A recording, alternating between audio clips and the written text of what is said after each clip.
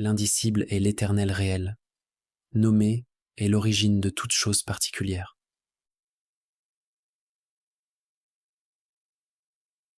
Samadhi 3. Le chemin sans chemin.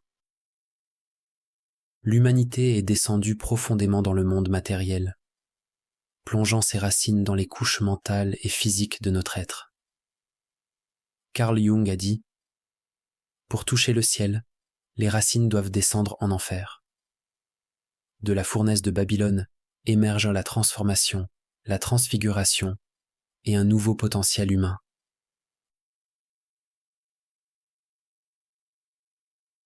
Les traditions orientales disent que le lotus de l'éveil émerge à partir de la boue du samsara, à partir de la souffrance.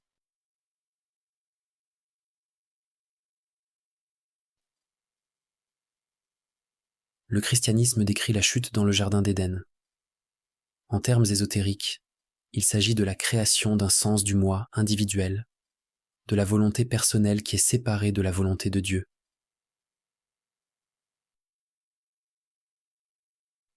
En même temps que ce moi séparé, un monde extérieur de pensée apparaît, le monde de la forme qui semble séparé de ce moi limité. Le personnage, l'ego est fait de schémas de recherche, de désirs de choses dans ce monde extérieur, projetés par la pensée. Les choses extérieures que nous désirons sont les fruits de l'arbre de la connaissance du bien et du mal, l'arbre de la dualité.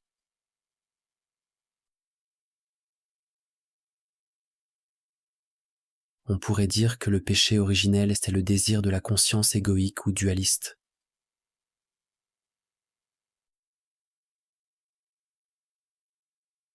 Ceci est Maya, la situation dans laquelle l'humanité se trouve actuellement. Rechercher le fruit extérieur signifie manquer la cible, manquer le moment présent. Historiquement, il y a eu occasionnellement de rares éveils, de rares floraisons de la conscience humaine. Les saints, les yogis, les sages et les gardiens de la sagesse. Mais l'humanité a maintenant une occasion unique de faire ce voyage collectivement, en masse, d'envisager et de co-créer de nouvelles réalités partagées, afin que nous redécouvrions les mondes supérieurs et nous réveillons du rêve collectif d'un moi limité. La plupart des humains vivent actuellement presque complètement identifiés avec les couches grossières physiques et mentales de leur être, sans même avoir conscience que des niveaux supérieurs existent. La plupart des gens ne savent pas ou ne soupçonnent pas qu'il existe des capacités spirituelles qui sommeillent dans la structure du soi, attendant d'être activées. En réalisant ces capacités, nous nous connectons à des niveaux d'existence de plus en plus subtils, tout en rendant la structure du moi perméable à notre vraie nature, en nous désidentifiant de tous les niveaux du mental, de Maya.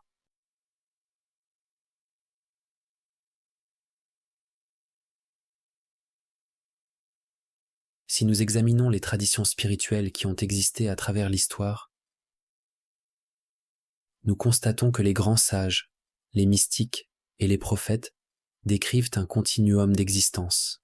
Les anciens enseignements védiques décrivaient 5 koshas ou enveloppes de l'âme, s'étendant du monde physique et mental grossier, qui est le monde conditionné dans lequel la plupart des gens vivent aujourd'hui, au monde subtil qui inclut les mondes énergétiques, astral et mental supérieur, les modèles archétypaux de l'existence, et finalement, au monde causal, où il n'y a ni pensée ni sensation, la réalisation de la conscience primordiale, l'éveil de la conscience divine dans l'âme, dissipe l'illusion de tous ces mondes, de toutes les couches de Maya. Les anciennes traditions contiennent de nombreux systèmes conceptuels et de langage qui pointent vers ce continuum allant du grossier au subtil jusqu'au causal, qu'il s'agisse du système des chakras ou du système kosha des traditions védiques, ou des dantians du taoïsme, tous les niveaux du champ du changement sont des mayas, la spirale qui obscurcit notre véritable nature, et pourtant qui est l'expression de la vie elle-même. C'est à travers la spirale de la vie que nous faisons l'expérience de la vie humaine. Lorsque tous les niveaux de Maya sont réalisés comme étant vides de soi, ce qui devient possible est une non-dualité insondable, une union mystique au-delà de tout langage, qui inclut et transcende tous les autres niveaux.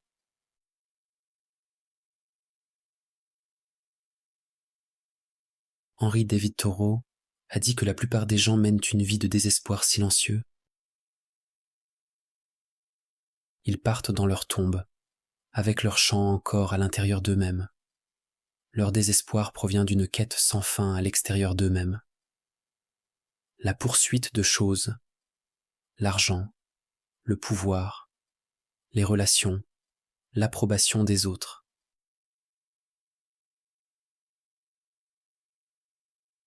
La racine de la souffrance réside dans l'attachement mental aux choses et non dans les choses elles-mêmes. Peu importe ce que vous avez, ce qui compte, c'est votre attachement à ce que vous avez. Nous formons des attachements au niveau sensoriel par la neuroplasticité. Partout où l'attention est portée, les neurones s'activent et se connectent entre eux, créant un programme dans le mental, une tendance vers un schéma, ce qui constitue le mental lui-même. Lorsque nous avons une habitude inconsciente, un schéma quotidien, nous ne sommes pas réellement dépendants des choses elles-mêmes. Nous ne sommes pas dépendants des drogues, de l'alcool, du sexe, de la nourriture ou des médias, mais des sensations qu'ils produisent en nous. Nous devenons libres en observant directement le champ somatique, le champ des phénomènes changeants au niveau de la racine de la conscience. Nous restons équanimes, sans réagir, sans juger une sensation comme étant bonne ou mauvaise. Pour devenir libres, nous apprenons comment ces attachements se forment, en amenant la conscience dans le monde intérieur subtil. Nous commençons à observer les phénomènes mentaux et sensoriels comme un champ de changement, plutôt que de nous attacher aux pensées et aux sensations qui entraînent l'identification et la création même du monde des formes. Ce champ de changement est également appelé prana, ou énergie intérieure, la sensation de vitalité intérieure.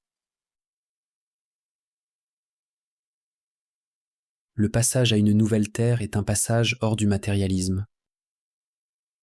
Ce dont nous sommes témoins est une libération des anciens paradigmes et de la programmation égoïque pathologique qui veut acquérir toujours plus.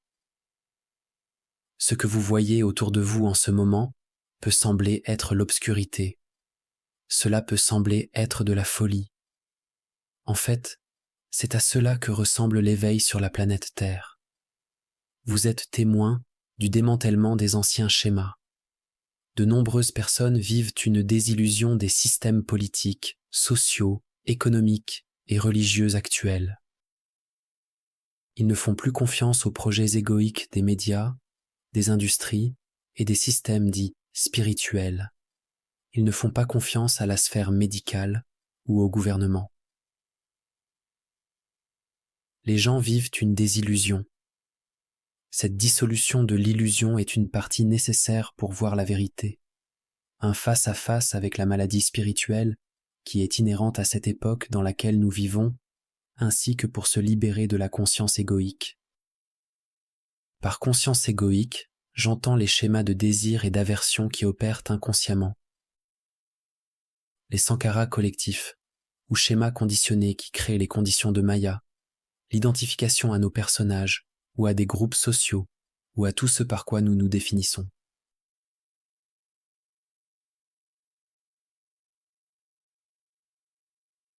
Avec les différents personnages et archétypes que nous incarnons au cours de cette vie. La structure du moi est une interface avec le monde. nous ne voulons pas nous débarrasser de cette interface ou la détruire. Le chemin consiste à s'en désidentifier afin que notre sens du jeu, le sens de l'existence, ne soit pas lié à une forme limitée, afin que nous ne souffrions pas lorsque le monde de la forme change. Le chemin humain est un voyage depuis l'existence pré-égoïque, qui est l'unité fusionnée que nous avons expérimentée lorsque nous étions bébés avec notre mère, jusqu'à la création d'une personne. Nous grandissons, nous créons un personnage. C'est une partie nécessaire de notre évolution, afin d'amener la conscience de soi, d'amener un sens de soi ou de jeu. Nous sommes en fait à un stade adolescent de notre développement. Nous sommes dans un stade d'identification de l'ego. Mais l'étape suivante, au-delà de la conscience de soi, consiste à réaliser des niveaux transpersonnels de soi. Réaliser des niveaux de conscience partagés, divers niveaux du logos, du mental supérieur. Vous pourriez dire niveau d'âme si vous préférez ce langage. Notre sphère de compassion s'étend. Il s'agit d'une expansion par l'amour. Du point de vue de l'ancien schéma, la conscience égoïque, ce démantèlement est quelque chose de terrifiant. Il y aura de la confusion et de la douleur si vous vous accrochez aux anciens schémas.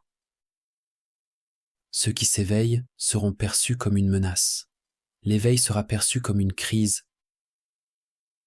parce que c'est le démantèlement de ce qui est connu. Actuellement, nous sommes comme des chenilles dans un cocon connaissant une métamorphose.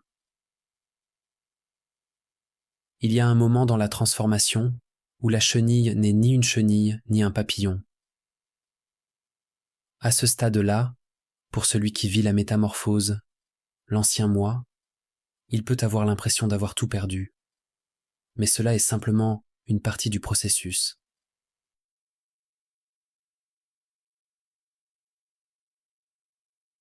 La foi est un abandon au mouvement évolutionnaire, une connaissance profonde que nous nous dirigeons vers la source. L'illusion collective, que les anciens maîtres spirituels appelaient Maya, est liée à notre attachement collectif aux anciens schémas. Elle est liée à l'orgueil démesuré de l'homme, à la croyance que nous savons où nous allons, ce que nous faisons et qui nous sommes.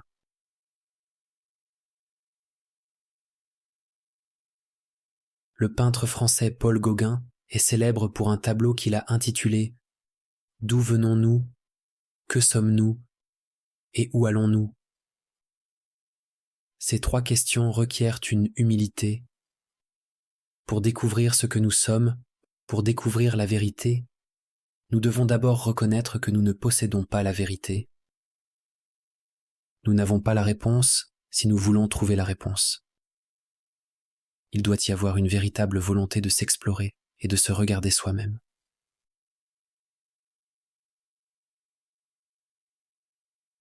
Comme le pèlerin de Dante dans la Divine Comédie, nous commençons le voyage pour se connaître soi-même dans un bois obscur, égaré, reconnaissant que nous sommes perdus.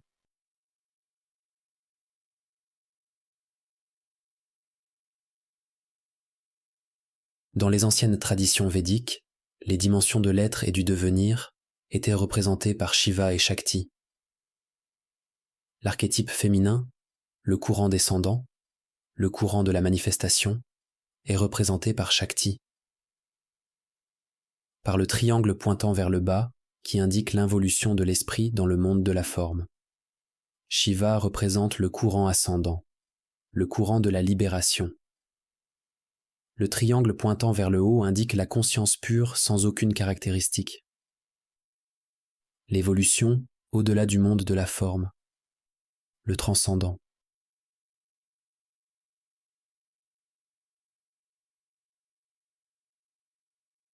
Tant que nous agissons dans le monde dualiste, identifié au mental limité, ces deux courants constituent le chemin sans chemin. Nous œuvrons au sein du courant de la manifestation et du courant de la libération, faire et non faire, habitant à la fois le temporel et l'intemporel. Lorsque ces deux dimensions sont jointes dans une union divine, réalisées comme étant une, cela est samadhi.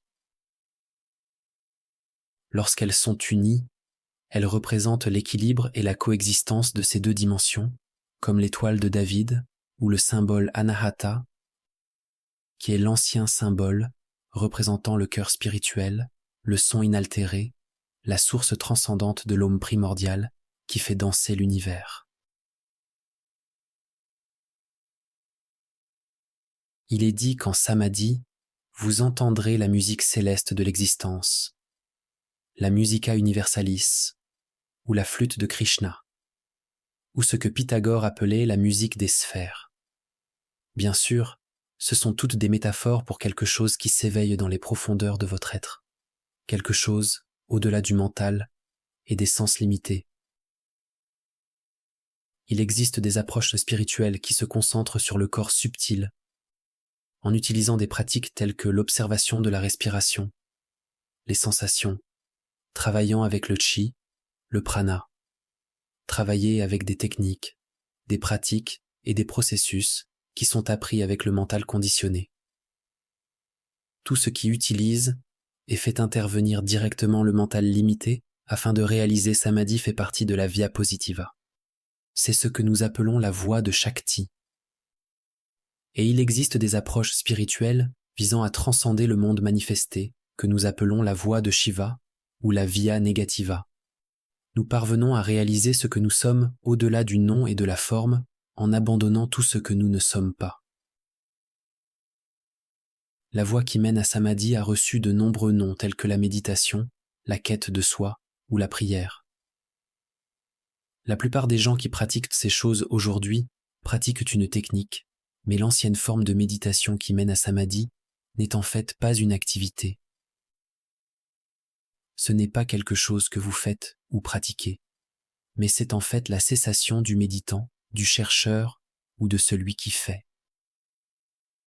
La véritable méditation est l'union avec ce qui est, et elle ne commencera à se produire que lorsque l'ego échouera dans ses tentatives de méditation et réalisera ses propres limitations.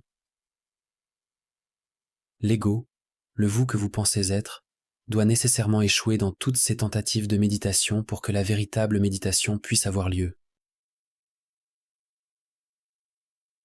Plus nous nous rapprochons de la vérité, plus nous nous rapprochons de Samadhi, moins il y a de choses à faire, moins il y a de techniques.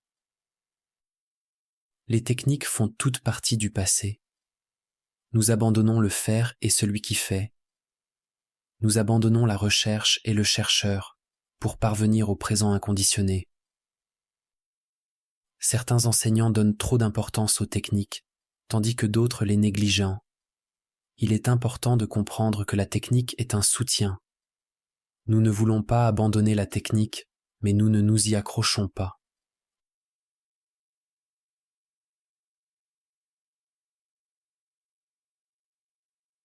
La voie qui a le plus fait ses preuves pour réaliser Samadhi est de se consacrer à de longues périodes de pratique spirituelle.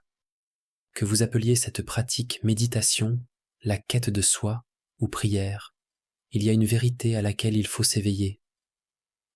Le yogi et sage Patanjali, qui a compilé les sutras du yoga il y a 2500 ans, a enseigné que le but global du yoga vise à mettre fin au tourbillon du mental. On pourrait dire qu'il s'agit de la cessation du karma, la cessation des schémas inconscients profonds qui gouvernent nos vies.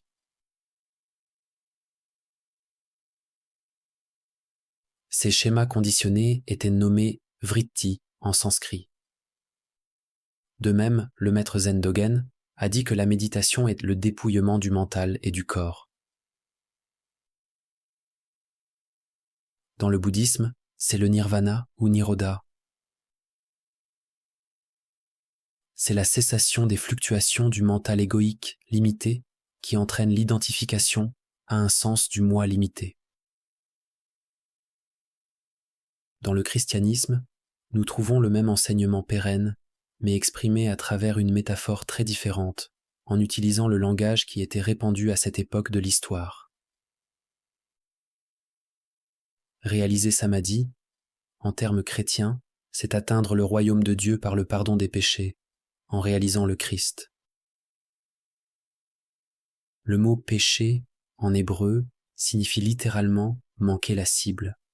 Cela signifie manquer le moment présent, rechercher le bonheur dans les objets du monde extérieur, plutôt que de réaliser la source de la véritable plénitude.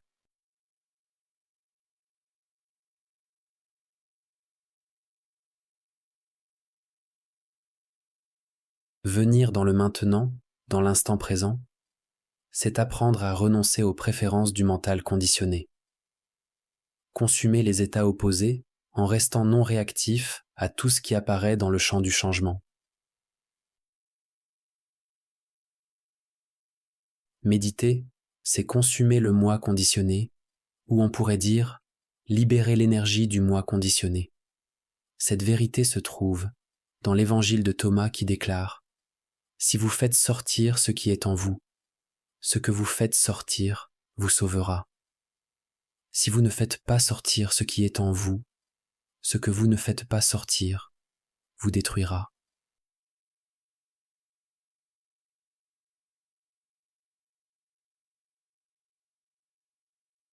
Une montagne peut être accessible par de nombreux chemins. Nous pouvons aller tout droit au sommet, ou parfois, il est préférable de prendre une route en spirale.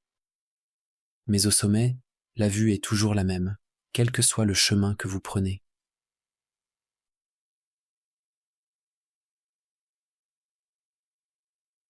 Les humains ont créé des milliers de techniques de méditation au cours des millénaires, sans parler des innombrables postures de yoga, des asanas, des respirations particulières ou pranayama, et de toutes les variétés imaginables de rituels ou de pratiques.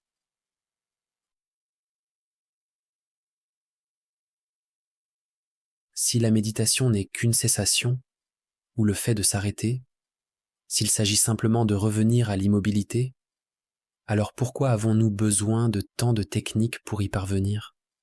Pourquoi ne pouvons-nous pas simplement nous asseoir et attendre que notre boue se dépose, comme on l'enseigne dans le zen ? La vérité est que nous pouvons simplement arrêter. Nous pouvons abandonner les activités de notre personnage, cependant comme l'a dit Einstein. Bien que la réalité ne soit qu'une illusion, elle est persistante.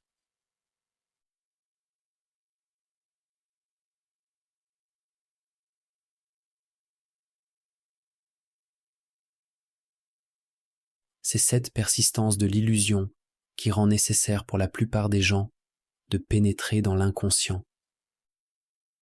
Pour rester éveillés, nous devons purifier l'avatar de ses sankharas, de son karma, de ses programmations, afin que les aspects inconscients du moi ne soient plus aux commandes du spectacle. Quand je dis purifier, je ne veux pas dire que l'avatar est en quelque sorte mauvais ou négatif. Je veux simplement dire qu'il est possible de se désidentifier de lui, et le processus de désidentification est ce que nous appelons purification ou nettoyage. Je nettoie mon soi de moi-même. Notre sadhana consiste à unir tous les aspects de notre soi afin que nous ne soyons pas divisés. Nous pénétrons dans l'inconscient en créant des conditions de non-échappatoire pour l'ego. Que ce soit par de longues périodes de méditation ou quête du soi, par le yoga intensif, le qigong, la prière, la pratique sur la respiration, le jeûne, le chant, ou par la prise d'antéogènes qui nous ouvrent aux profondeurs inconscientes du mental, nous serons naturellement attirés par différentes pratiques, techniques et outils à différents moments de notre chemin.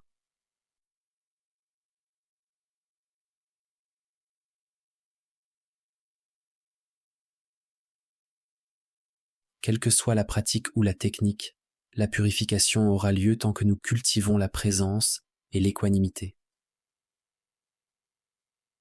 En étant ici dans le présent et en nous abandonnant à ce qui est, nous continuons à défaire les liens karmiques qui créent l'identification avec notre avatar. Nous abandonnons le jugement de toute sensation ou pensée comme étant bonne ou mauvaise en allant toujours plus profondément dans le champ sensoriel. Nous percevons toujours des phénomènes de plus en plus subtils, devenant ainsi pleinement conscients à ce qui se manifeste au point de fusionner avec l'objet de méditation. Nous devenons la respiration. Nous devenons la posture de yoga.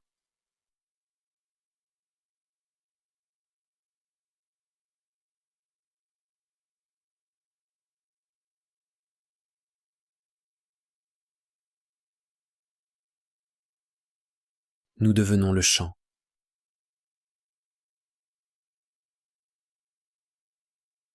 Nous devenons l'avatar. Dans tous ces cas, nous fusionnons avec le chant pranique, ce qui est nommé Savikalpa Samadhi ou Samprajnada Samadhi, qui est Samadhi avec une graine de schéma, une graine de forme, une graine de l'activité du mental conditionné, de l'activité karmique.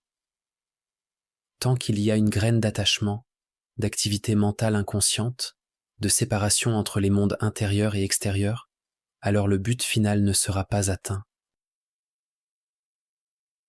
Savikalpa Samadhi est un samadhi préliminaire, également appelé jhana, pali, ou dhyana, sanskrit.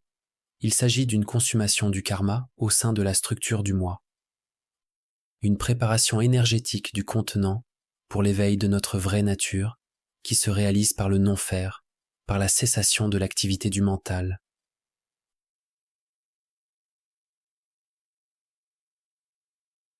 Votre mental est comme un étang et vos pensées sont comme des vagues ou des ondes sur cet étang. Pour qu'un étang devienne calme, que pouvez-vous faire? Tout ce que vous faites provoquera encore plus de vagues. Vous ne pouvez pas l'aplanir ou le rendre plus calme. L'étang ne devient calme que lorsque vous avez abandonné tout effort, toute lutte, tout mouvement. Réaliser l'état naturel n'est pas quelque chose que vous faites. C'est une reconnaissance de ce que vous êtes au-delà du mouvement du mental et des sens. Qui fait bouger le mental? Reconnaissez qui choisit. C'est le mental lui-même qui choisit. C'est seulement le mental lui-même qui bouge. C'est le mental lui-même qui veut essayer de calmer le mental. En entendant ces mots, le mental limité sera probablement désorienté, se demandant « Que dois-je faire ?» Acceptez simplement cette désorientation. Devenez conscient du vrai soi. Devenez conscient de la conscience. Restez avec cela jusqu'à ce que seul cela devienne votre réalité. Au début, lorsque vous essayez d'observer la conscience, vous ne verrez que le faux moi, uniquement les mouvements du mental. Quand je dis « soyez conscient du vrai soi », ce n'est pas un changement d'orientation, ce n'est pas un mouvement. Ce n'est pas comme diriger un appareil photo vers un nouvel objet, mais c'est plutôt un abandon ou une cessation de l'intérêt ou de l'attachement au mouvement du mental. Il y a 2 points principaux qui nous lient à l'identification du faux moi. Le corps veut le confort et le mental veut savoir. Le corps est attaché aux sensations de plaisir et à une aversion de la douleur. Toute sadhana ou pratique spirituelle qui mène à samadhi implique fondamentalement 2 choses. Premièrement, l'abandon de la dualité du confort et de l'inconfort, et deuxièmement, aller vers un mental qui ne sait pas. Un profond abandon intérieur, un abandon énergétique, et être présent sans penser, conscient sans choisir.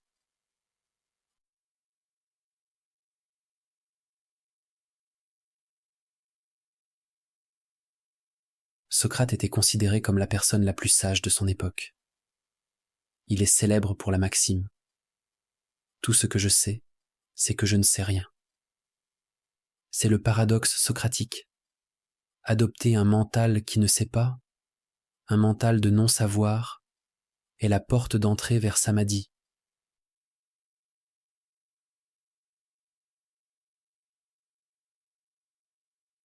Attendez. Restez immobile sans espoir, sans pensée, parce que l'espoir serait basé sur une idée et maintiendrait la circulation de l'énergie dans le mental conditionné.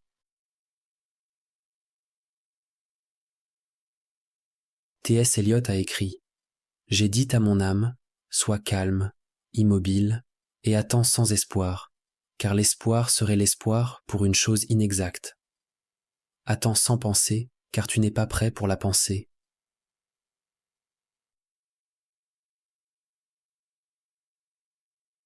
L'instant où vous avez un espoir, un but ou une pensée est l'instant où vous êtes à nouveau pris dans le mental conditionné. Dans la Divine Comédie, Dante mentionne une inscription à la porte de l'enfer. Abandonnez tout espoir, vous qui entrez ici. Il s'agit en fait d'une instruction très pragmatique. Ce serait un excellent rappel s'il était affiché sur la porte de chaque centre de méditation, ashram, église ou temple. Quel que soit votre espoir, il est basé sur un conditionnement passé.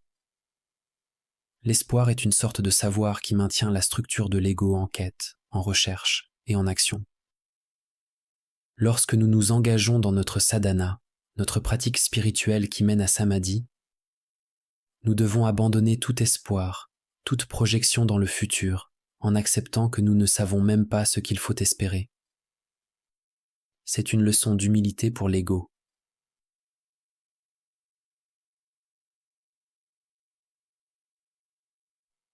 Lorsque nous abandonnons l'espoir, nous abandonnons également la peur. L'espoir et la peur sont la projection du mental dans le futur, le câblage intérieur qui nous lie à l'identification. L'espoir est le désir, la peur est l'aversion. Si nous restons dans le présent, faisant l'expérience de ce moment tel qu'il est, alors où est l'espoir ou la peur ? Notre tâche spirituelle consiste à aller en profondeur et à défaire les liens qui nous lient à l'identification avec notre personnage. Nous allons au-delà du confort et de l'inconfort, en entrant dans l'espace du non-savoir. Nous pouvons pratiquer cela aussi bien au travers de pratiques formelles que dans la vie quotidienne. Méditer, se connaître soi-même, c'est se consumer dans l'instant présent. Consumez vos schémas, vos préférences, et ce n'est pas quelque chose de séparé de votre vie. Être capable d'abandonner vos schémas, vos réactions et vos jugements alors que vous êtes en plein dedans, abandonner la lutte, est la pratique la plus profonde.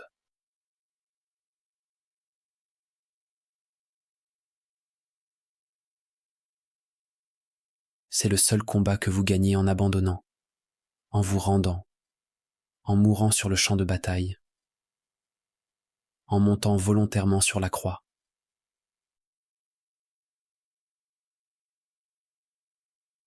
Certaines personnes sont prêtes à recevoir les enseignements les plus élevés sur la méditation et la quête du soi, la simple et pure vérité.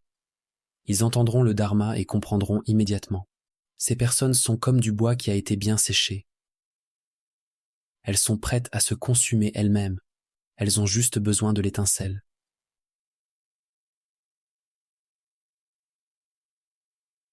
D'autres personnes semblent avoir besoin de plus de préparation. Elles sont comme du bois mouillé et elles ont besoin d'un certain temps pour sécher avant de prendre feu. Elles ont besoin de techniques, de pratiques pour desserrer les liens de la structure du moi afin de se libérer des sankharas. Ou du moins, ils pensent que c'est le cas et leur croyance rend cela ainsi.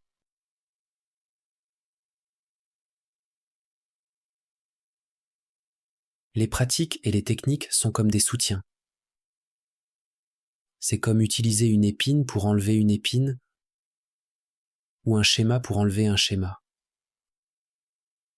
Les pratiques spirituelles, telles que la récitation de mots, la pratique d'une discipline ou tout ce qui est appris, ne sont que des imitations.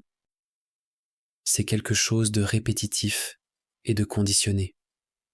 Du fait que toutes les techniques sont des schémas conditionnés dans le mental, la pratique elle-même ne mènera jamais au-delà du mental, à samadhi. Vous resterez dans le schéma, dans un état robotique et répétitif. Il faut se tenir faiblement à la technique afin de permettre à l'énergie intérieure de circuler librement. Lorsque vous devenez absorbé dans l'énergie intérieure, alors l'action conditionnée est abandonnée.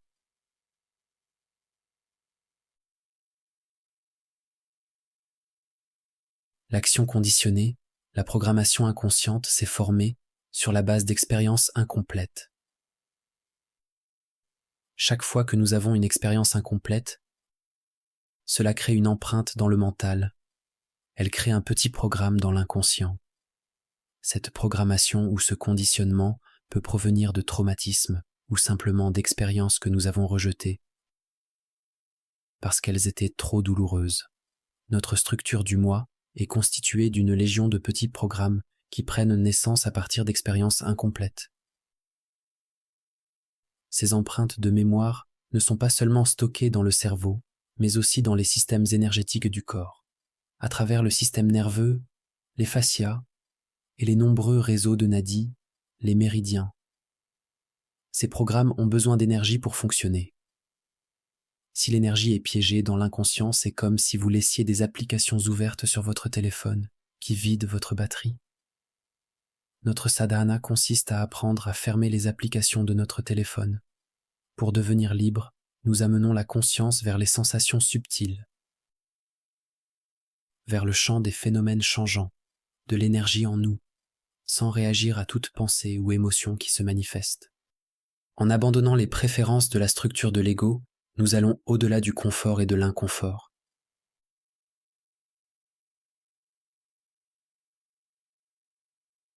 Tout dans le monde extérieur nous oriente dans la mauvaise direction. La société nous dit de faire disparaître notre douleur et de rechercher le confort. La voie d'entrée est la voie de sortie. La voie de sortie est la voie d'entrée. Nous devons nous tourner vers notre douleur. Nous nous libérons des sankharas en l'expérimentant pleinement, en la ressentant sans réagir, en se consumant en elle, ayant une expérience complète du ressenti sans l'émotion. Les émotions sont des réactions. Ce sont des sentiments qui sont liés à des pensées. Nous laissons tomber la composante pensée et restons avec le ressenti brut, la sensation brute. Il a été dit que la voie de la libération ne consiste pas à se sentir mieux, mais à améliorer sa manière de ressentir. Des exemples ultimes de cela sont ceux de Jésus sur la croix, ou de la méditation du Bouddha qui a conduit à son illumination. Il s'agit de faire face à sa plus grande douleur, à ses plus grandes peurs, en abandonnant les concepts, le savoir et les jugements, de bons ou de mauvais. L'éveil n'est que l'étape initiale d'un processus accéléré de développement intérieur, de la croissance du lotus intérieur, de la transformation en un pont vivant, de la purification du véhicule humain pour abriter la conscience divine.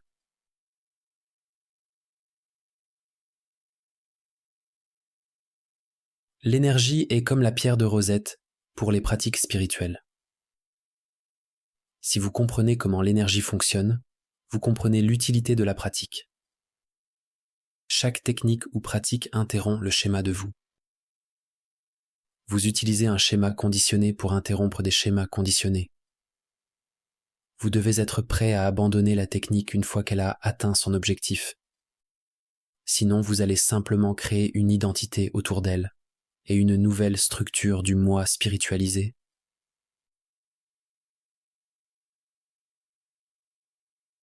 Pour atteindre les niveaux les plus profonds de la méditation, nous devons laisser tomber tout ce que nous pensons savoir sur la méditation. Les termes anciens pour désigner la méditation, jhana, dhyana, zen ou shan font référence à une sorte de dissolution intérieure, une sorte d'absorption méditative, une transformation ou une purification intérieure du conditionnement égoïque.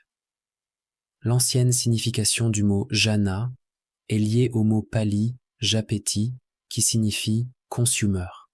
Il s'agit de consumer les impuretés, les péchés ou les sankaras. C'est une consommation de l'identification au faux moi, une consommation de l'illusion, une consommation de toutes les préférences à partir desquelles la construction de l'ego est faite, ainsi qu'une libération et une émergence de l'énergie intérieure. Nous devenons équanimes avec ce qui est, s'abandonnant à ce qui est, attentifs à ce qui est.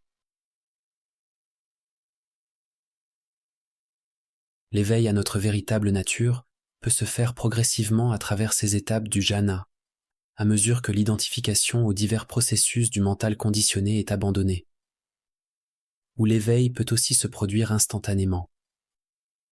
C'est ce qu'on appelle satori dans le zen.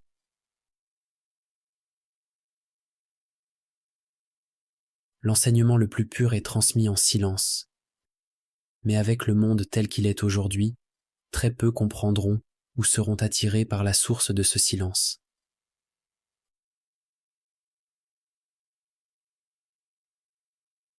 Il existe un enseignement célèbre de Bouddha Gautama appelé le sermon de la fleur. Ce sermon est à l'origine de la méditation bouddhiste. On pourrait dire que c'est l'origine du zen. Le zen est une transmission directe de la vérité.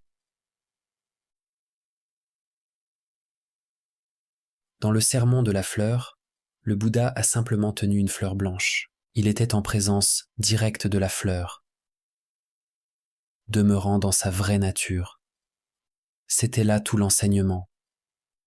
Plutôt que de donner un long satsang ou d'enseigner avec des mots, il a simplement laissé les étudiants s'asseoir avec la fleur pendant toute la durée. Seul un étudiant a reçu la transmission. Seul un étudiant l'a reçue. Recevoir une transmission aussi subtile requiert un esprit subtil. La plus grande vérité est transmise dans le silence. Comment pouvons-nous recevoir cette transmission de l'esprit de Bouddha? Comment pouvons-nous recevoir ce que nous avons déjà, ce que nous sommes déjà? La conscience primordiale est partout, lorsque nous avons des yeux pour voir, et est nulle part en particulier. À l'éveil, la vérité est si simple à voir que vous n'avez pas besoin du mental.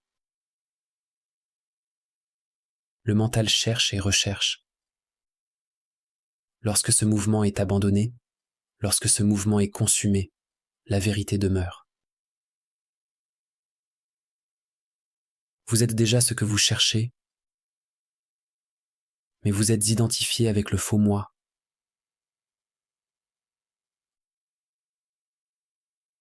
Prenez conscience de la fleur et prenez conscience de qui ou de quoi observe la fleur.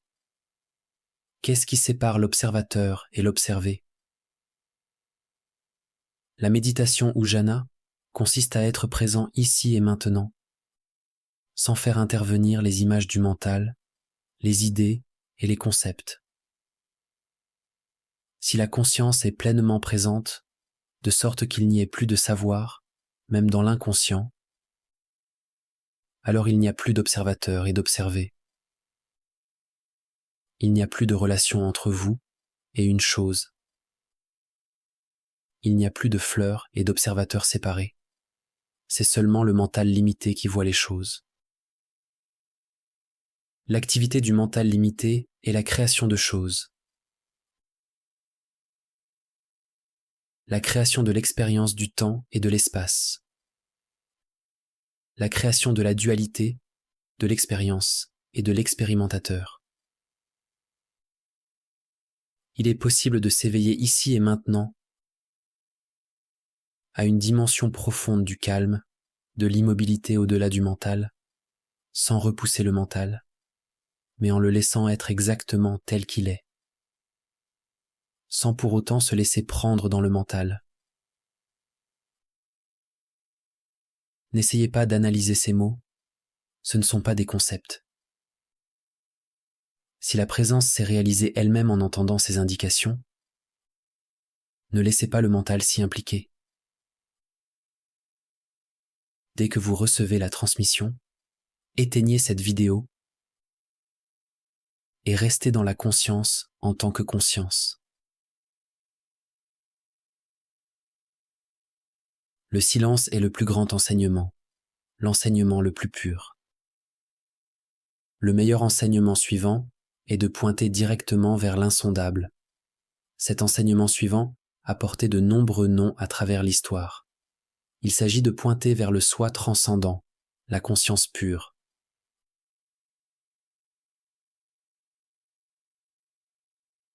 Dans le bouddhisme, il est appelé Prajnaparamita, ce qui signifie la connaissance ultime ou la sagesse parfaite, qui se distingue de la connaissance ordinaire ou de la connaissance conditionnée. C'est ce qui est réalisé par le 8e membre du yoga, décrit par Patanjali. Dans le shivaïsme, cet éveil peut être décrit comme l'unité avec Ishvara ou Shiva, qui sont des noms pour la conscience absolue. Dans les traditions mystiques occidentales, les termes énose ou apophatisme ont été utilisés pour désigner l'union avec l'un. Plotin disait que l'un transcende tous les êtres, mais est immanent en eux.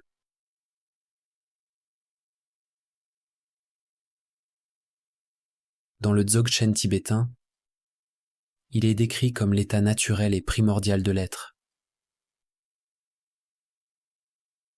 Ils utilisent le mot Rigpa pour désigner le fondement de l'existence. Dans le soufisme, c'est le secret des secrets, réalisé par Fana, qui est l'annihilation, apprendre à mourir, avant de mourir. Dans le Mahamudra, c'est le grand sceau, ou la grande empreinte, la réalisation de l'état naturel, la conscience primordiale, la vacuité, l'absolu, la clarté et la transparence, sans racine. N'écoutez pas ces mots avec le mental, mais reconnaissez dans les profondeurs de la conscience ce vers quoi ils pointent.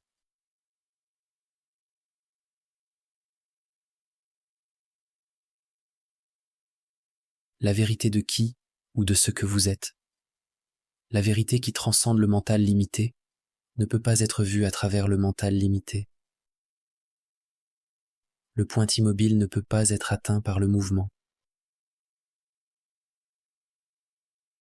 Si vous voulez réaliser le point immobile au-delà de la pensée, abandonnez tout intérêt pour les pensées et les sensations, toutes les préférences, tous les phénomènes générés par le mental et les sens, et reposez-vous dans la conscience nue. Les pensées et sensations sont un champ de phénomènes en constante évolution. Ce qui est immuable, c'est la conscience de ce champ du changement. En général, nous sommes tellement pris dans ce champ du changement, fixés sur ces objets, que nous en ignorons la conscience. Pour réaliser Samadhi, nous cessons de poursuivre quoi que ce soit dans le champ du changement, toute pensée, et nous nous reposons en tant que conscience. Cessez de réagir aux pensées et aux sensations. Toute souffrance est due au fait que nous croyons nos pensées.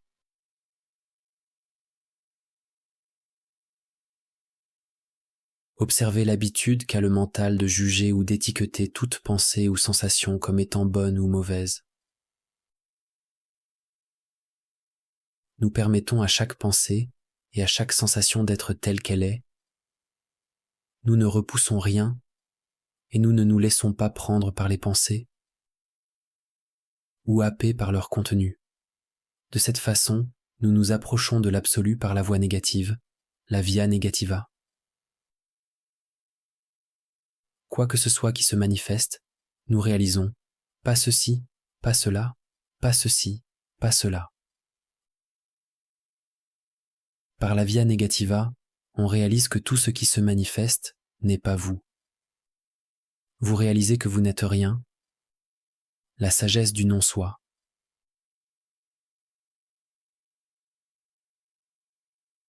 Par la via positiva, on réalise que tout ce qui se manifeste est vous.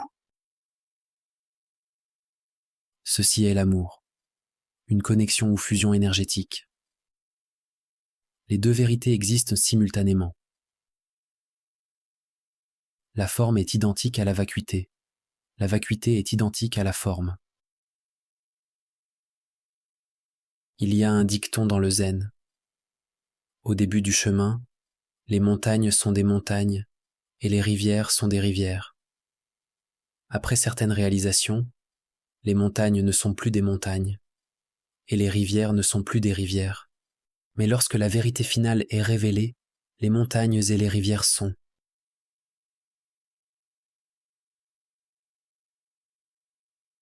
Qu'est-ce qui a changé au cours de ce voyage ? La montagne et la rivière restent ce qu'elles ont toujours été. Ce qui a disparu, c'est votre idée de la montagne et de la rivière. Ce qui a disparu, c'est le tourbillon du mental qui sert d'intermédiaire, qui crée l'illusion de la séparation entre vous et le monde.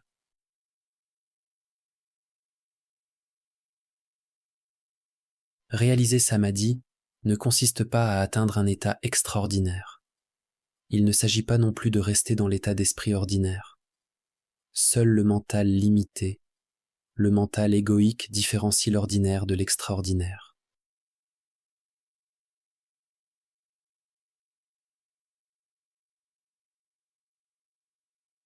Turiya, l'état sans état, parfois appelé le quatrième état, c'est la réalité non duelle.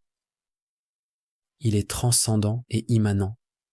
C'est le fondement de l'existence, la source de toute vérité.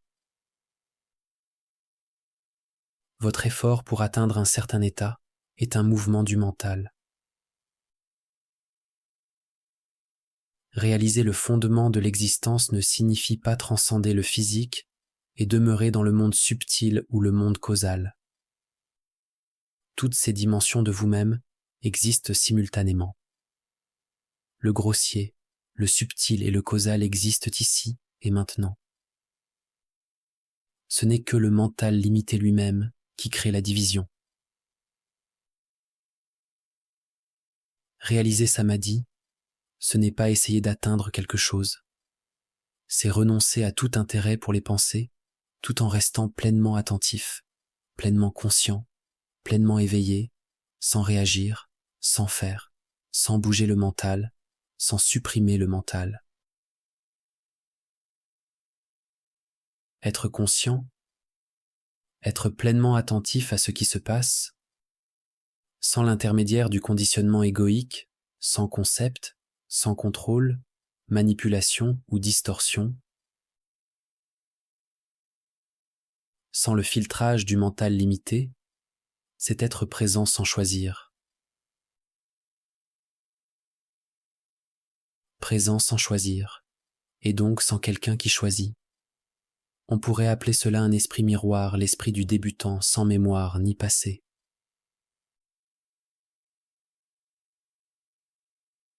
Un esprit ouvert, transparent. Vous rendez chaque instant nouveau.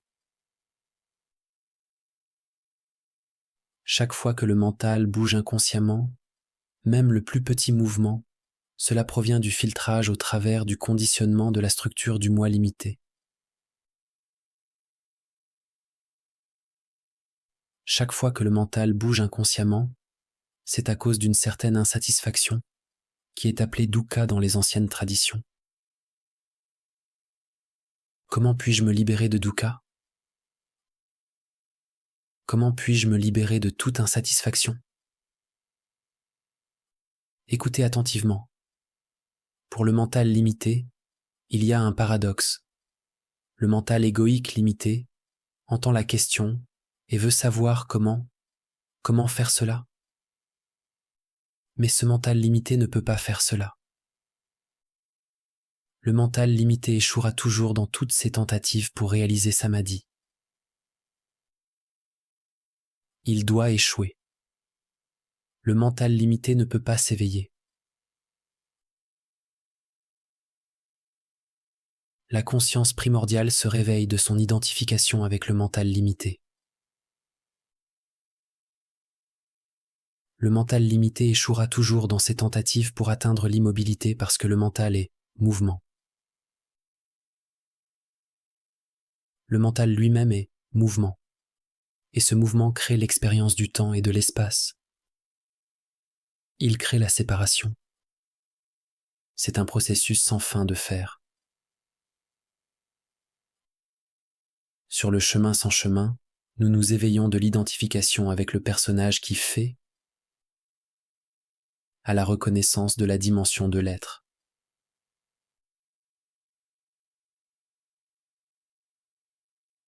En samadhi, la séparation entre le faire et l'être disparaît. La séparation est simplement un autre processus mental. Lorsqu'il n'y a pas de pensée au sein de la structure égoïque conditionnée, il n'y a pas de problème. Le vous que vous pensez être est un processus, un mouvement constant de la pensée égoïque, une collection de schémas et de préférences. Ce vous doit mourir. Le schéma pathologique du vous doit prendre fin pour que samadhi puisse être réalisé. Laissez-vous imprégner par cela.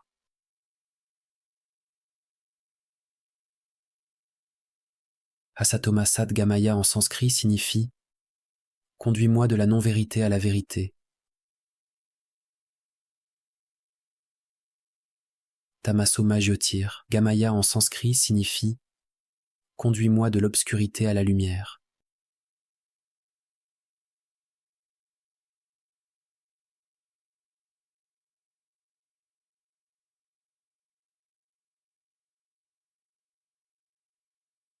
S'éveiller, c'est voir la nature de la souffrance humaine, de la condition humaine. C'est la reconnaissance de qui ou de quoi souffre.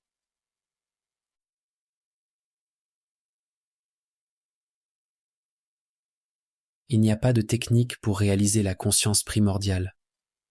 Aucun processus qui puisse être appris. Aucune formule qui puisse être pratiquée. Ce que je veux dire est que cela peut être reçu en un instant, en un éclair.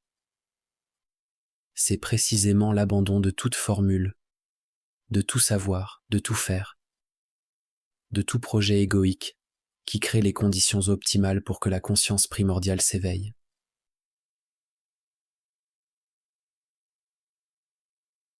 Si j'essaie de vous dire comment être conscient, alors vous allez prêter attention à mes paroles ou faire quelque chose que je vous ai dit, plutôt que d'être conscient de ce qui se passe réellement dans le moment présent. Vous devez devenir si conscient à ce qui est, si intime avec l'existence au point qu'il n'y a pas de préférence, pas de moi ou de je en elle. Vous habitez, vous fusionnez la conscience avec ce qui se passe.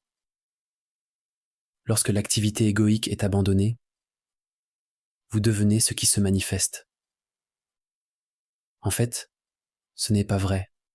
Plus exactement, c'est l'illusion de la séparation qui disparaît. La vérité est que nous n'avons jamais été réellement séparés.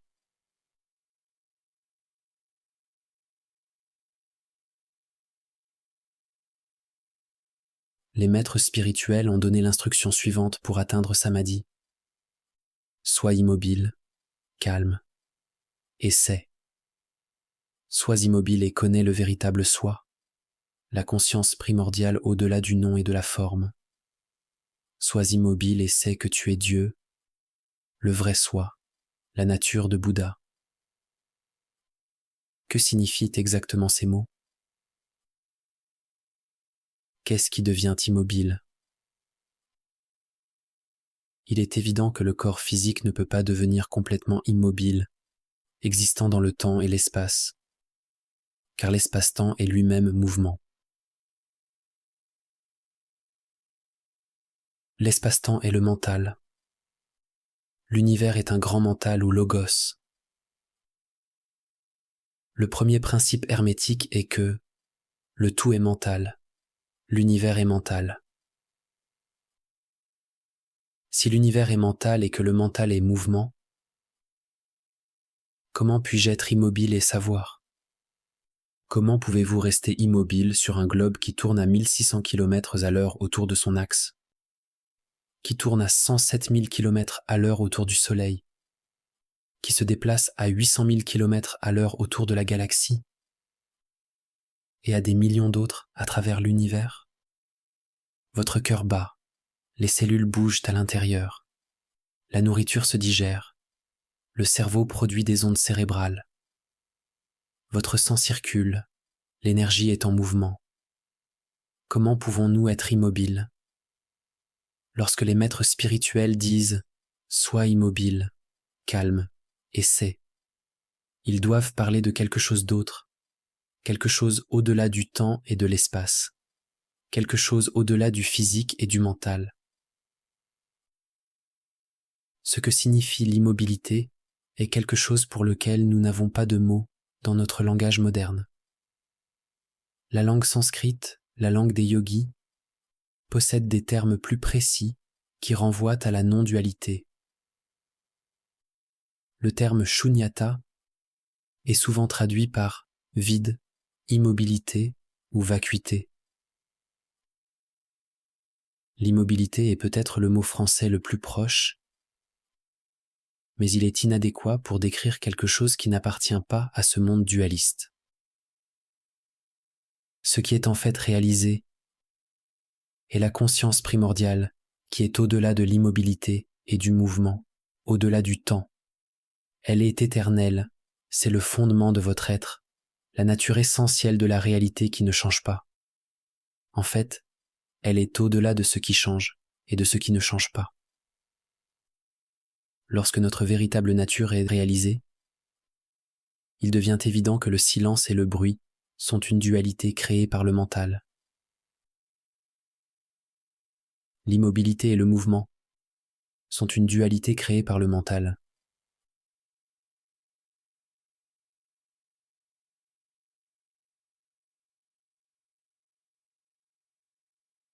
Tout est déjà inhérent à cette immobilité primordiale.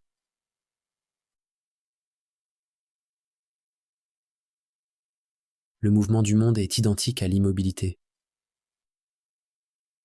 Sois immobile et sais. Sois en mouvement et sais. C'est la danse de la vacuité. Il ne s'agit pas de quelque chose de philosophique, mais d'une manière entièrement différente d'interagir avec le monde. En fait, il s'agit d'abandonner l'interface. Il s'agit d'abandonner le filtre qu'est la structure du moi et de faire l'expérience de votre vraie nature sans l'intermédiaire du mental limité. Le soi-disant monde extérieur est transcendé par la réalisation de l'immobilité, qui, lorsqu'elle est réalisée, inclut ce qu'elle transcende.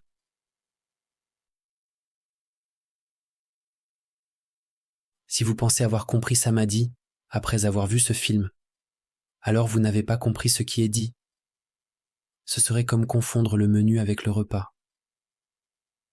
Pour goûter à la vérité, il faut une véritable volonté de voir les schémas de la structure du moi que vous appelez vous. Cela nécessite une exploration profonde, une chirurgie profonde du mental et la libération des sankharas, un profond démantèlement, une profonde humilité de la structure du moi. Pour réaliser Samadhi, on s'abandonne au désir d'union de l'âme.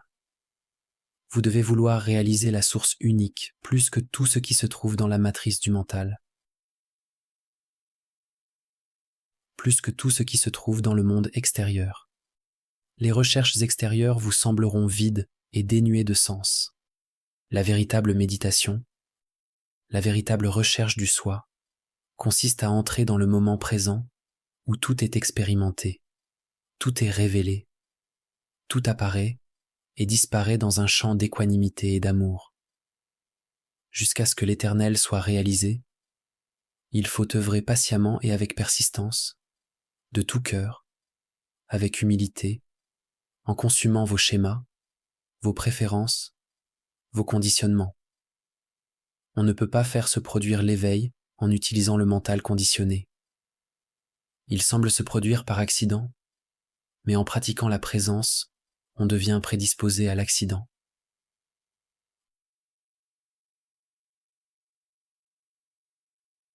Les dernières paroles de Socrate avant son exécution étaient un avertissement pour le monde entier.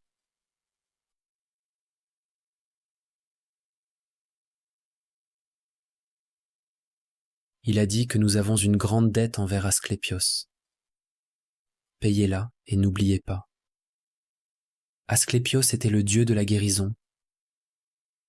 Et vous connaissez peut-être le bâton d'Asclépios, qui est un bâton entrelacé d'un serpent. Il représente l'énergie de guérison, l'énergie intérieure qui est vivante, libre de tout conditionnement, libre de se mouvoir par sa propre intelligence, par opposition à l'énergie du mental dualiste.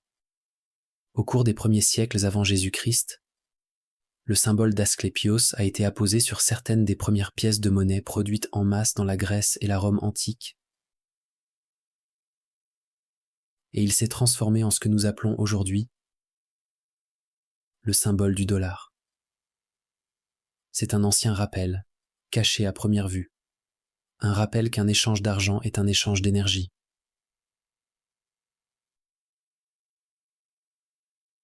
La conscience du Christ ou la nature de Bouddha est soutenue par le principe féminin, par la Grande Mère, par les Nagas, la sagesse du serpent. Cette sagesse nous enseigne à purifier le temple intérieur, à nous purifier de l'ego. Le principe féminin a porté d'innombrables noms au cours de l'histoire. Gaïa, Shakti, Sophia, Logos, Mahalakshmi, Parvati, Durga, Isis, Marie. La spirale de la vie. Cette énergie vivante du mental supérieur est l'intelligence innée de l'univers. Cette sagesse naturelle a été systématiquement réprimée, diabolisée, exploitée et contrôlée au cours des derniers millénaires. Afin de libérer l'énergie des définitions inconscientes que nous détenons, nous devons défaire les liens qui créent l'identification avec la structure de l'ego. Abandonner l'attachement au confort, abandonner le fait de savoir. En ce moment même de l'histoire, en ce moment même en vous-même, la dette dont parle Socrate arrive à échéance, à la fois individuellement et collectivement. Il n'y a qu'une seule monnaie avec laquelle vous pouvez payer cette dette. Vous devez la payer avec vous-même.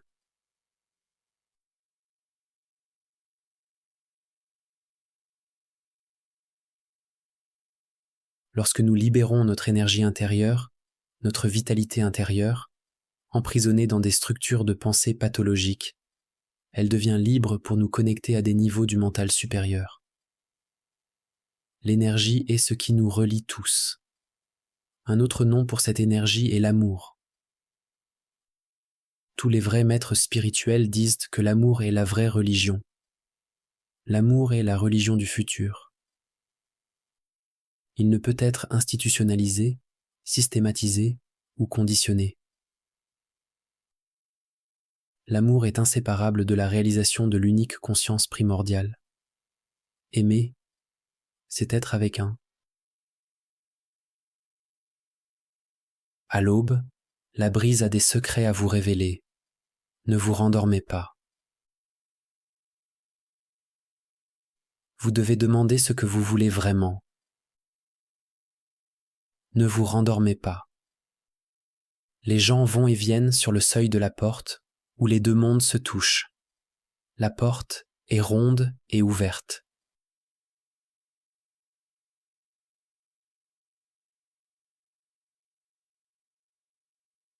Ne vous rendormez pas.